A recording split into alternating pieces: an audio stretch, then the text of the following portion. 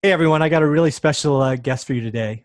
One of the questions that I get, actually, it is the question I get most frequently from subscriber questions or people reaching out to me via text or email is, hey, I'm just starting out.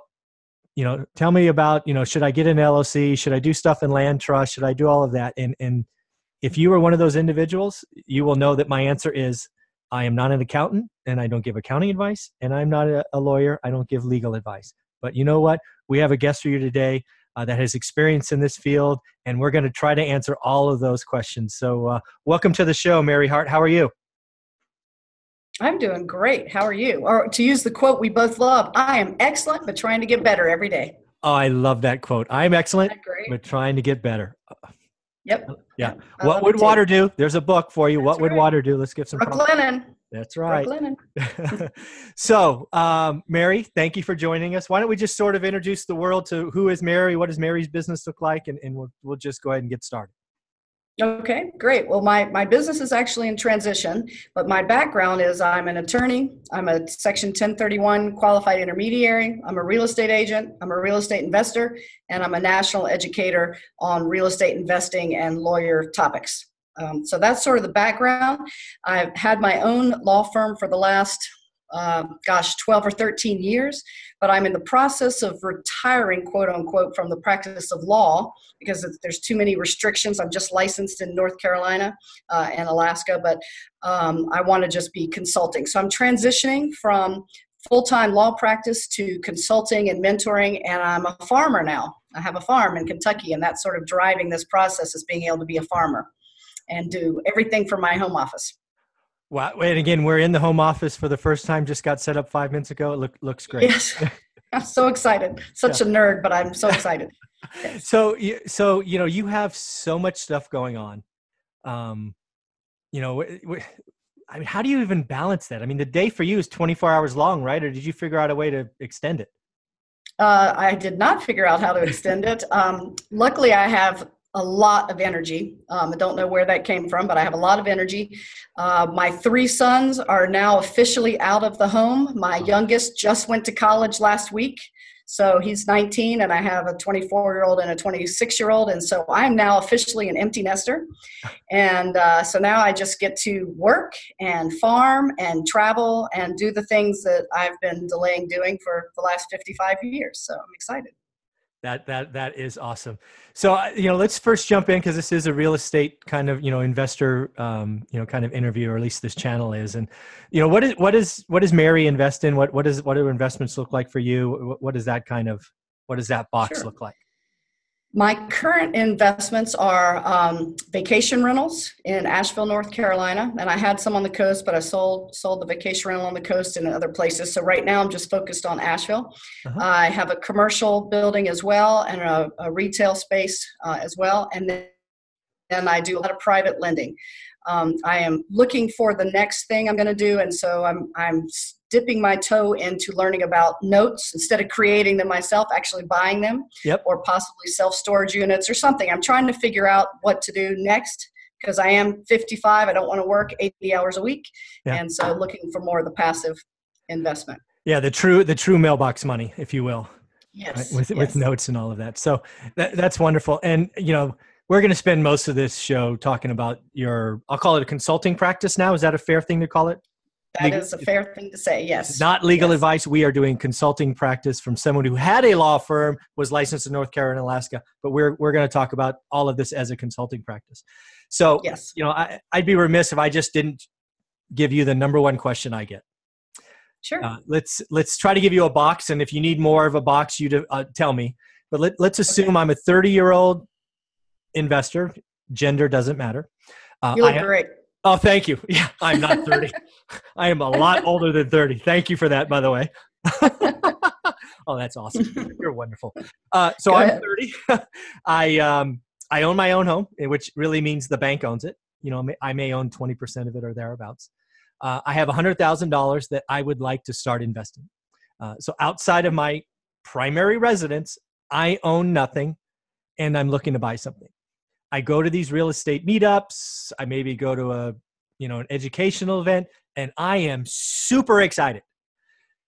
Then you go and you hear these people talk about, well, you've got to set up an LLC first. And then you hear some people throw out the word land trust. And then you go talk to the banker, and the banker says, well, I can't loan to an LLC that's not seasoned or doesn't even exist yet, doesn't have an EIN number. And pretty soon, this wide-eyed, very excited individual who has the capital doesn't know where to go. So, sure. I'm sure you've had this question. How do you go? How do you get started? What do you do? What's first base look like? Well, first base for me is I have to ask more questions because, Perfect. we lawyers just say it depends, right? Because we need lots and lots of facts because everybody's situation is different. So I need a lot of facts. So I'm just going to throw out some questions. Awesome. In your world, are you married? Yes, I am married. Do you have children? No. Not okay, yet. No children. You're married. What state do you live in as this 30-year-old investor? Let's pick on California because that's where I am. California. Okay, so you're in California, extremely high tax rates and all that. Yes, ma'am. So that is California a community property state? It is. Yes. Okay, California's community property state. You're married. Let's see what else I need to know. Your $100,000. You own nothing but your house and $100,000 cash and maybe a car. Correct. Right? Yes. Are you going to put that entire $100,000 in one property, or are you going to put $20,000 down payments down and have a little bit of equity in each property? My goal is to buy the first one because in California is expensive. So I'm going to use half of that and keep the other half as reserve. So one property. Okay, so $50,000 down payment. How expensive is this house you're buying? Let's call it $200,000. So it's roughly 25% down. Okay, you got $50,000 equity in it. How risk tolerant are you? On a scale of 0, like you're not risk tolerant at all, to 10, you could take lots of risk. You're a daredevil. Well, I'm in the valley. Well, that means I'm a 9 or a 10. We're all risky like that. Okay, so you're pretty risk tolerant. How tolerant are you of tediousness and government regulation? 0 being not tedious, not tolerant at all, and 10 means you're very tolerant. I would be on the opposite, and I'm a 1 or a 2. Okay.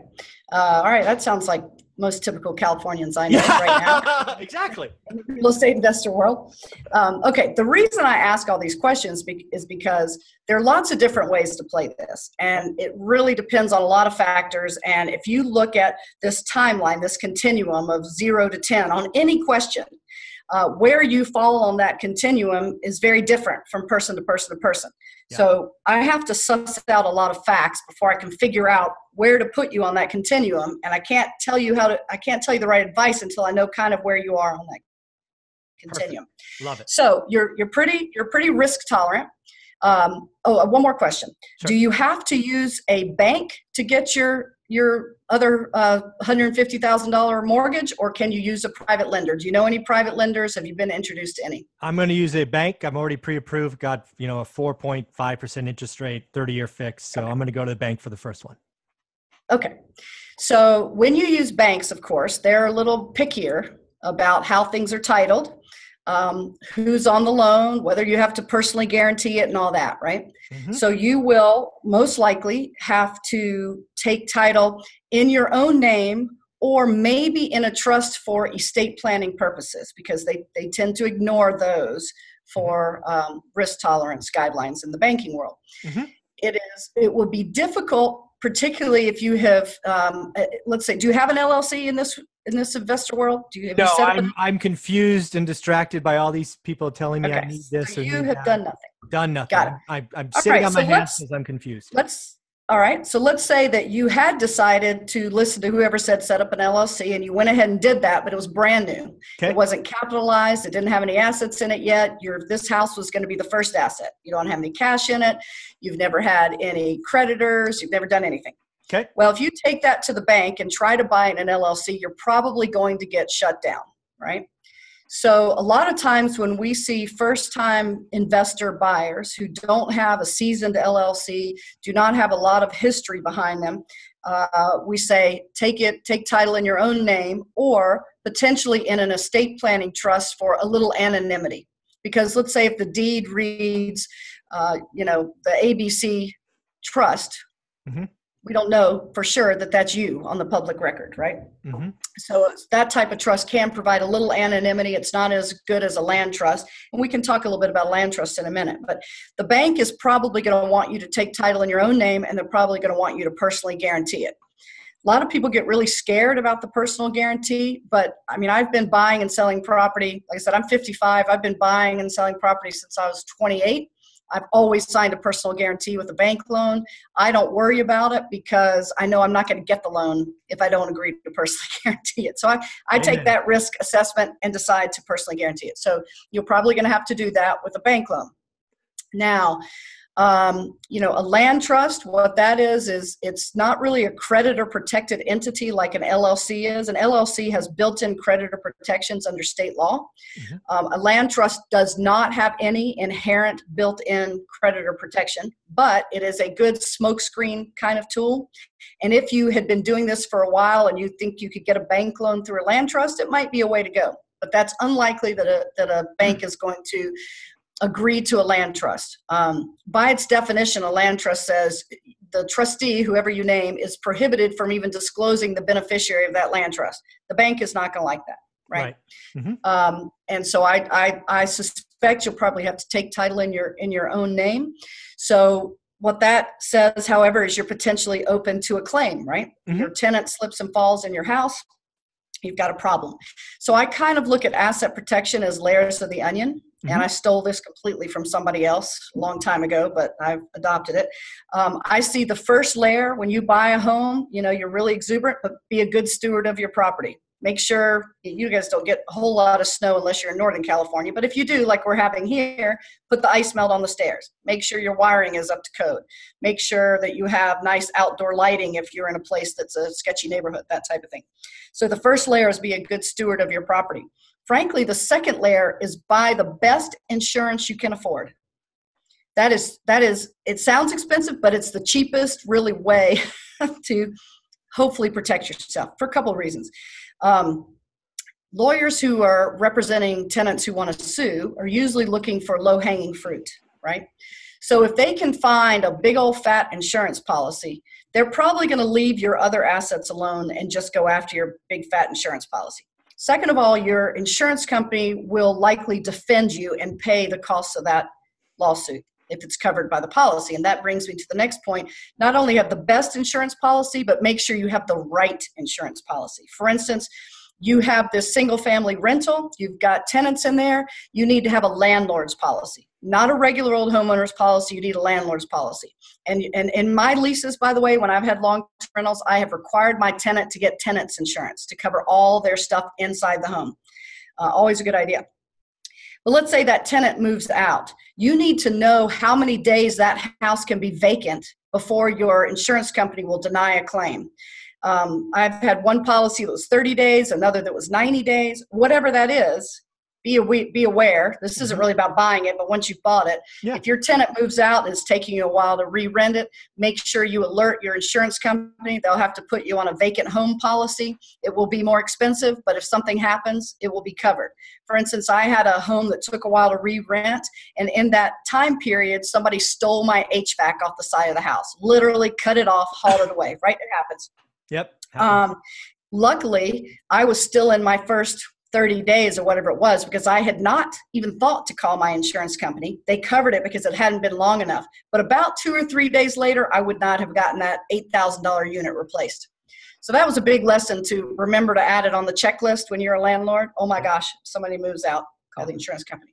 So probably you need to start out in your own name. I do think as you either can move to private money where they're not nearly as picky as the banks and where you're usually borrowing from real estate investors so they understand what we're doing and the parameters, then you can set things up a little better. And by all means, if you can get a bank to agree to an LLC, I always try that.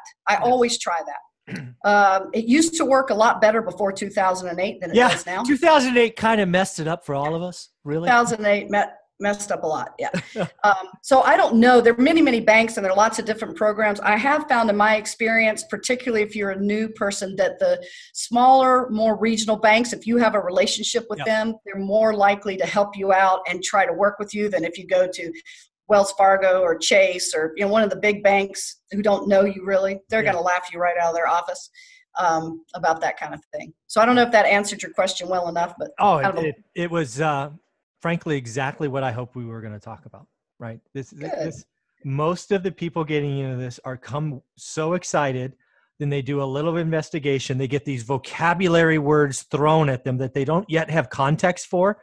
And what you just did, again, we boxed it pretty well, right, with your other questions, and said, it's okay, right? In this situation, you're going to have to buy it. You're getting a bank loan. It's, probably FHA backed. They're going to want to, you're going to have to personally guarantee it. You don't have other stuff.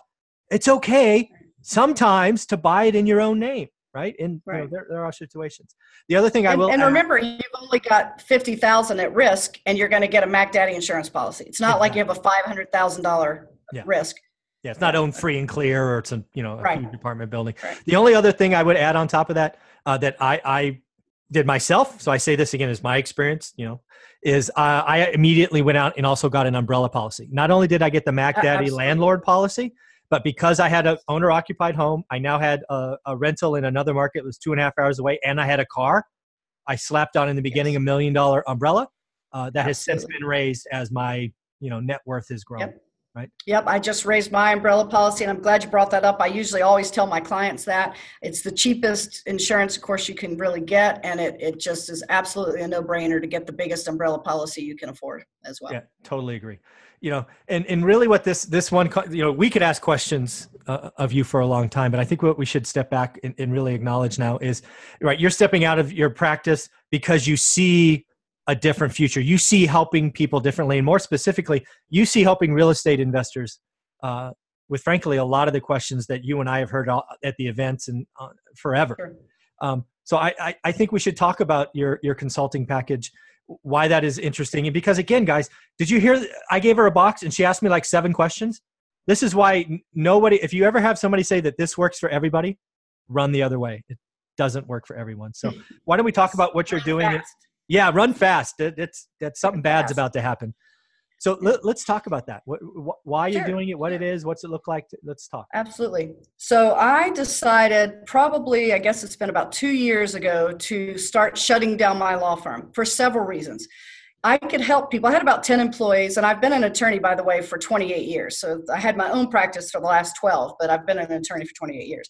But I decided to start shutting it down because I was teaching a lot around the country. A lot of people wanted my help, and I'm only licensed in North Carolina and an inactive license in Alaska. And it just didn't feel big enough anymore. I couldn't help enough people.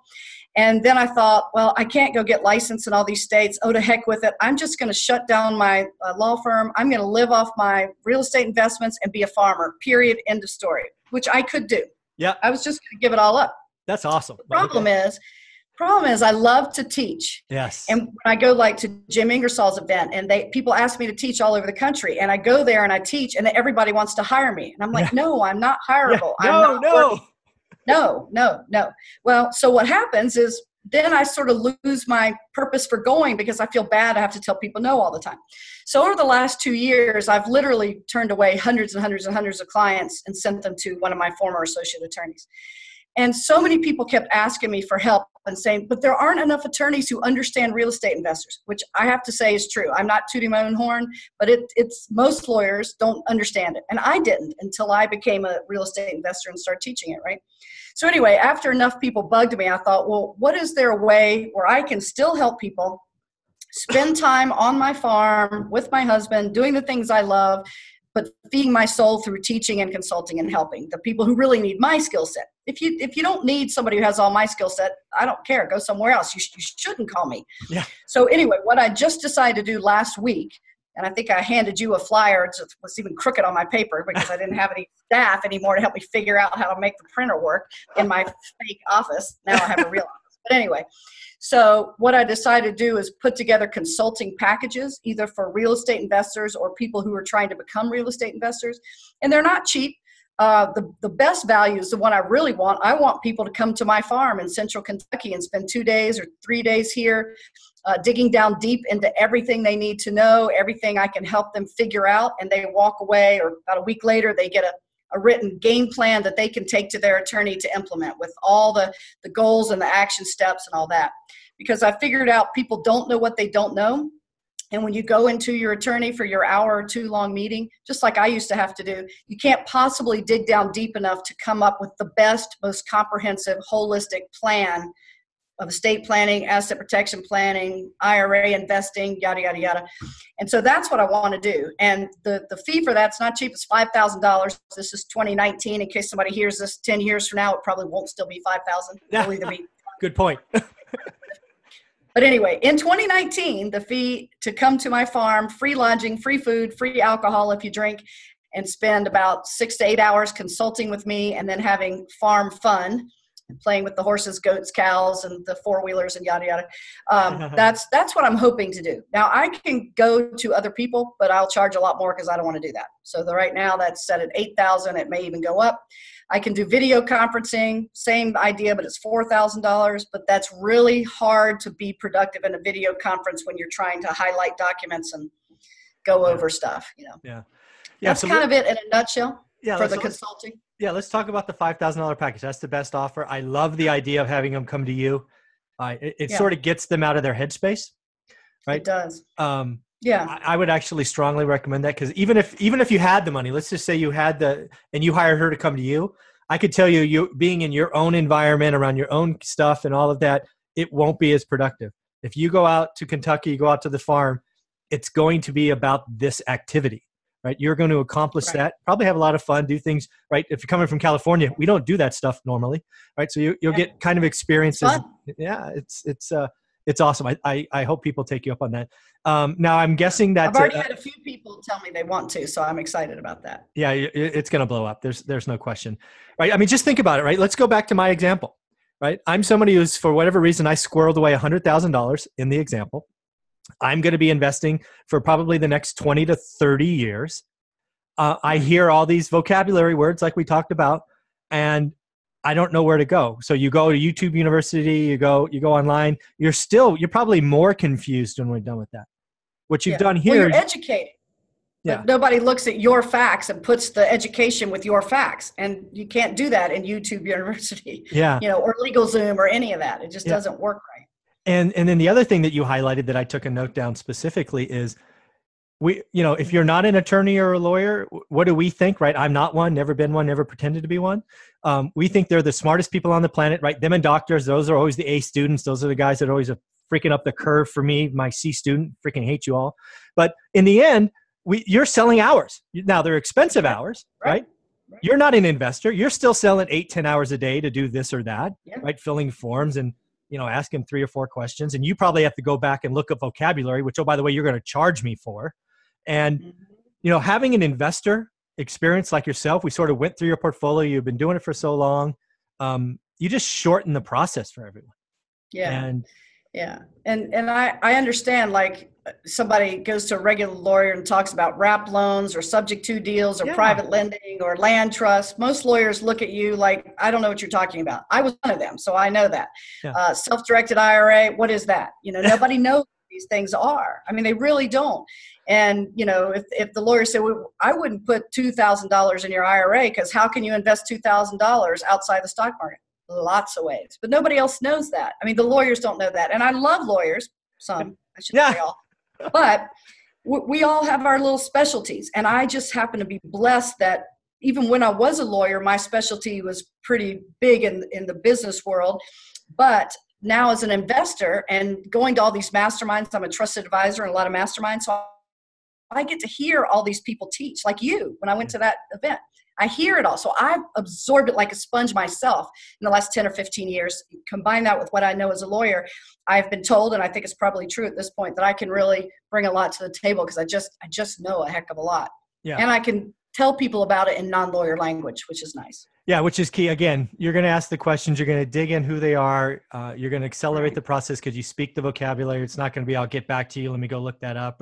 Or worse yet, no, you can't do that when they're really code for I don't know or I don't understand. Right? Because I was going to say the best analogy, and we can leave it at that, is you're standing at the entrance to a giant rat maze. You know where you are. You know something's on the other side of that rat maze that you want to get to or you want to be in the future, whatever it is. But you have no idea how to navigate that rat maze. Turn left, turn right, go straight. You're running into a brick wall. I'm the giant eye in the sky that sees where you are, sees where you want to go, and I know all the pitfalls and the walls and the dead ends, and I can guide you out of the rat maze. That's the way I've always visualized it in my head, helping people like this. And I think, I hope there's a lot of people that watch this that reach out to you. Why don't we just do that now? We'll do it again at the end. If somebody's watching this going, I need to talk with Mary, how would you like them to reach out to you, sort of initiate that process? How would you like that to happen? Sure. So you can email me or call me. My email is just maryhart at maryhartlaw.com, MaryHart at maryhartlaw.com. My work phone number is 828-271-4278, which spells heart, by the way. 828-271-4278. I didn't come up with that. I cannot take credit for that. My telephone people came up with that. And so you can email me or call me. I'm also on Facebook, Mary Hart. It probably still says Asheville, North Carolina, but anyway, you can find me through Real Estate Investors and whatnot. Very, very cool. Well, let's take this back and make this so everybody who gets interviewed does the same thing. What is Mary Hart's origin story in regards to real estate investing? Where did you start? What did that first deal look like? Do you remember? Yeah, I do. So I sort of had the general aha moment that a lot of people have when they read Rich Dad, Poor Dad. Somehow I stumbled across that book. Somebody gave it to me, whatever. I was 42 years old. At that time, I was happily plodding along as a lawyer, thinking it was the best thing since sliced bread, not understanding that I was a glorified hourly worker and trading time for dollars every day of my life. I was a single mom, 3 young boys. And I was running this law firm. Had I started? Yes, I was running this law firm. I just started it. And I read Rich Dad, Poor Dad. And I went, oh my gosh, this is ridiculous. So I started looking into real estate investing. My very first deal, I did 2 private loans, believe it or not, is the first things I did, just because I knew somebody who asked me if I would do it, and I did. And then I bought a house to renovate and flip, but I didn't know what I didn't know. So I didn't realize that manufactured homes were going to be hard to get a loan on. So I took the loss of $5,000 on that home after many months of work because I didn't know what I was doing. And then I think right about that same time, I bought my law office building in downtown Asheville, which is now a rental. I rent it to a nonprofit when I shut down my firm, and they pay in rent more than I got paid as a salary as a lawyer owning the firm. So I do nothing. It's a triple net lease, and I get a check every month that's bigger than my paycheck as the owner of a law firm, having this 26 years at that time was. That was a sort of could have had a V8 moment. I was like, why didn't I do this 10 years ago? Why did I even start a firm? I should have just built up my real estate investor career. But we all learn, right? Yeah, so that sort of started it. And then I guess what got me into the vacation rental section, which has really allowed me to do what I'm doing now, is I was newly divorced. I got approached about partnering on buying a building and renovating one in downtown Asheville. And for those of you who don't know, downtown Asheville is a heck of a lot of fun. It's very, very, very fun. And so my business partner and I, he was married, I was single, but we all wanted to be able to use these apartments, renovate this building into apartments and use them to have crash pad in downtown Asheville on weekends when I didn't have my kids. Well, I could only do that if it was a short-term rental, right? I couldn't do it if it was a long-term rental. So we turned them into short-term rentals, and they just went gangbusters. So we ended up renovating the first floor as vacation rentals, and then it was fully booked. And then I bought another building so I could use it, and then it got fully booked. I turned my house into a vacation rental. I was like, forget it. So now I don't get to use any of my own vacation rentals. I just make money off of them. Oh, I feel so bad for you. Yeah, so now I go rent other people's vacation rentals all over the world and in fact, I'm renting one in Italy this summer. Because I can, because somebody else is paying for my property, so I can go pay for somebody's in Italy, right? Very, very, very cool. So just so people watching this, when we say or we talk about vacation rentals, is that the traditional 2-3 days at a time? Do you have a 1-week minimum? What is a vacation rental for Mary Hart? Mine, it depends on the property. I have always done just 2-night minimums unless it was a holiday or a festival or something, and then I would just go to 3 nights because I was trying to make it accessible to people. On my bigger home, I have one home that sleeps 19 people in beds. Woo. Outside of Asheville. That's a big And home. I just decided to try weekly rentals like they do at the coast. I think we'll lose some renters, but hopefully gain more nights to make it work out. So it's an experiment right now. Yeah. But most of them, like the loft apartments, I just sold a building that had 4 of them in it, and I still have another building that has 1 in it. They're set up for 2-night minimums unless it's a holiday or a festival. Very, very cool. And are you using, I'm guessing, but I'll just ask, Airbnb, HomeAway, or do you do this all off your own site yet? No, so we started, the royal we, it's just me, but started at with VRBO and HomeAway, and then actually when VRBO started charging the guests a big, large fee, we lost some revenue share at that point, so we added on Airbnb, and now we do both of those. I'm actually waiting for my graphic designer to make my own website live. It should be happening. It was supposed to happen a long time ago, but she swears it's almost live right now. And we're doing that so we can have some listing independence, because right now we're at the mercy of what the HomeAways of the world want to do. Yeah. And we don't always like their policies, so we want to start building our own brand. Avalon Destinations is what I chose to call it. Oh, nice. And I did that, by the way, and I'm not a feminist by any means, but one of my favorite books was The Myths of Avalon, which was King Arthur legends told from the viewpoint of all the women involved. So Guinevere, Lady Morgana, all the women. And Avalon was a mythical isle ruled by strong, intelligent women. And so Avalon Destinations became. That fits. I could see that. Yeah. I like that. You empower that. I like that. That's good. Okay. All right. So let's fast forward a little bit. Sure. The other thing I take every interview guest through is, okay, what is Mary Hart doing in 3 to 5 years? What does your business look like? What are you hoping to do? Have you thought about that far? Yeah, yes and no. I don't have in great detail, but yes, I do think about it. The other thing, I'm getting ready to start this spring. I'm actually designing a curriculum right now to mentor young people, although it really is open to anybody. And I've had people even in their 60s say they want to do it. So I say young people, but college students and on up. And basically the life cycle of wealth. Financial literacy is another way to put it, but it will involve, I call it Life IQ Academy is what I'm currently going with. Nice. And it's just everything from mindset to goal setting, all the knowledge about how you make money, grow money, protect your money from creditors and taxes, and ultimately pass your money on or pass on your legacy when you're an ender in life. And so it's just basically teaching people how to run their financial life. Not a Dave Ramsey budget guy, but a bigger picture thing. And there'll be a big module on real estate investing, of course. I'm trying to get these young people to have a plan B before they need one. Yeah. Right. So in 5 years, where I see myself, my husband and I have committed to growing our farm for 5 years and seeing if we still love it. We're starting a beef cattle operation, and we have goats and horses, and we're about to get, I think, and maybe some alpacas, some chickens in the spring. So 5 years from now, I'll know whether I want to still be a farmer or whether I want it to just go away. 5 years from now, I hope to have changed at least 1,000 young people's lives, maybe more, by opening their eyes to financial literacy and how to have a plan B. And I probably will still be doing the consulting if there's still a need for it, but I don't have to do that. We'll see how that goes. It just depends on whether there's a demand. And then traveling and probably still teaching. I love to teach, and I love to just travel for fun. My 2 older sons are living around the world. My oldest son has been living in Cambodia, then Mongolia, then Turkey, then Cairo, and now he's moving to Morocco. Wow. So, and my middle son just got a job teaching in Ecuador, so he leaves next week or 2 weeks for Ecuador. And then who knows where the baby will go. So I have to keep my passport handy and make time for travel, because my kids are going to live all over the world, I'm sure. Yeah. So that's sort of where I see myself.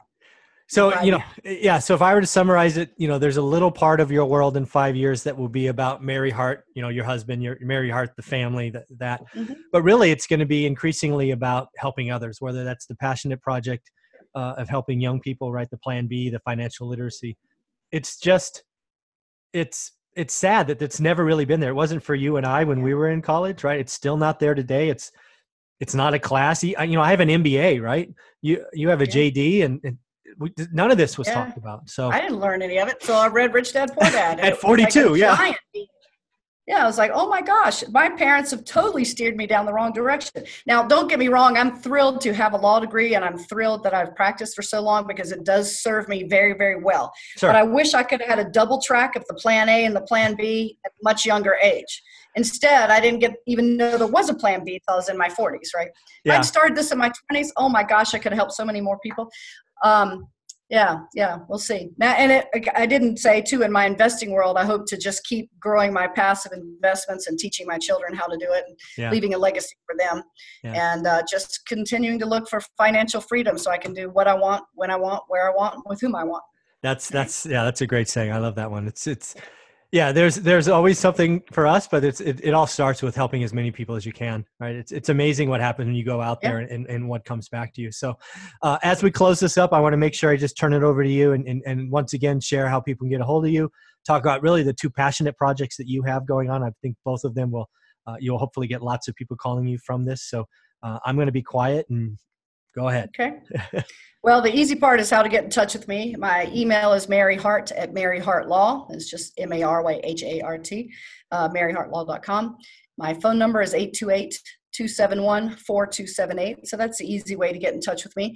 And of course, I teach around the country. So if you can find me on Facebook, and I don't know, you'll find me around the country, possibly teaching. I want everybody, whether you're a brand new investor or a seasoned investor, to, I guess, from my legal background, to realize that no matter how much we know, we don't know what we don't know. And I just implore everyone to continue to educate yourself all the time. Don't trust just gurus who are out selling a $40,000 program. Not that there's anything necessarily wrong with them, but do your independent research. Your network is your net worth. A lot of us in this group say that. Your network is your net worth. You can learn, but you really, if you get knowledge and you get a network and you take massive action, you have results. And so people, I think particularly starting out, have analysis paralysis, and that's totally normal. But at some point, you got to move off the dime and have some faith that things will happen. So risk what you feel comfortable risking when you're ready, and enjoy the ride, because it has changed my world. And boot camps, masterminds, networking has changed my world completely. I now have friends and colleagues all over the country that I would not have if I hadn't stepped out and joined some of these groups. And I thought, why the heck am I joining this group? They're in California, but I had great friends in California now because of it. Yeah. Yeah. So again, guys, if there's any question about who Mary Hart is as a person, hopefully it's come through. If my opinion means anything to you, she wouldn't be on this if I didn't think she was the one. She's the only lawyer that I've invited to this. There's been lots that have reached out to me and said, hey, let's get on. Nice. We can talk. I've always said no to this point. It was Mary's talking with Mary. That's like, yep, that's the one. That's an easy decision. If you are a real estate investor and you kind of have those questions, whether you have nothing or you have several, I strongly suggest reaching out to her and having a conversation. Strongly suggest if it fits your needs to get out to Kentucky. That just sounds like a blast. And then as you're building out this vision you have for helping young people, if there's you have lots of people that will help you, but I'm going to get it recorded on video. So I'll do whatever you want to be a part of that, to help or produce or whatever you want. No charge, not that you asked, but just want to help do that because. Well, let me just interrupt you for a second and tell everybody else what a great guy you are, because I met Michael when I was teaching recently, and it was sort of an instant, wow, he's a cool guy. And so while I'm sitting there listening to him, I got on Amazon. I ordered 4 of his books, one rental at a time, one for myself, even though I know a lot about it. I always like to hear a different perspective. 3 for 3 of my 6 children. And Michael so graciously has offered to talk to them if they like his book. And I just can't say enough to thank you for your graciousness and your willingness to share your knowledge, because it's pretty awesome that you're also interested in helping young people move forward with the plan B. Yeah, thank you very much. Oh, you're very welcome. We're both in a situation where we've got our months are paid for, so we can do what we want, when we want, with whom we want, anytime we want. I mean, that's saying, I use that all the time. And the only thing that feeds my soul now is helping people, right? I had to have a sit down with myself when I left the workforce in February 1st last year. So it's almost been exactly a year, and figure out what I wanted to do. I went through kind of 2 days of excitement and then a couple of weeks of depression, to the point where I was like, I'm going to go get another job again, because I don't know what I'm doing. And I'm like, nope, Yeah. I'm going to try to help 1,000 people, and I'm going to try to create a legacy that outlives me by 100 years. So, so Yep. far that's keeping me focused and keeps me happy every day. And I'm not going to stop. So It's a great goal to strive for. By the way, interestingly enough, I shut down my firm exactly 1 year to the day earlier than you quit your job. February 1st, 2017, I fired all my employees in the nicest way possible, but I ended a firm of employees. But we go back to that helping people, and I think it was Zig Ziglar who said, you know, if you help enough people get what they want, you will get everything you want. And I think that's very, very true, because you know, I always try to live my life from a standpoint of abundance. I think you do too. absolutely. And, you know, I can support myself, luckily, because people have helped me, and I've learned to have a plan B myself. And it's so much fun to watch the little sparkle in somebody's eyes when they get that aha moment that I had reading Rich Dad Poor Dad. And they're like, oh my gosh, this is really possible for little old me. And I'm like, yes, rock on. It's so fun to watch that. And now, you know, at my age, I get to be that mentor, and I'm not struggling to raise 3 kids as a single mom, and I'm not struggling to manage a staff of 10. And I'm loving it. You know, I've got my horses right outside. I can just walk out anytime I feel like it. Now my home office is set up. So I wish that for everybody. I wish that for everybody. And there are different ways to find financial freedom, right? Yeah. But real estate investing has been a good path for me and for you. And, you know, I think everybody should at least know enough to know whether they're interested or not in pursuing it. Amen. Well, I think that's a great way to end this interview. I want to appreciate and thank you again for everything you've done for me and this channel and helping everyone. So thank you very much, Mary.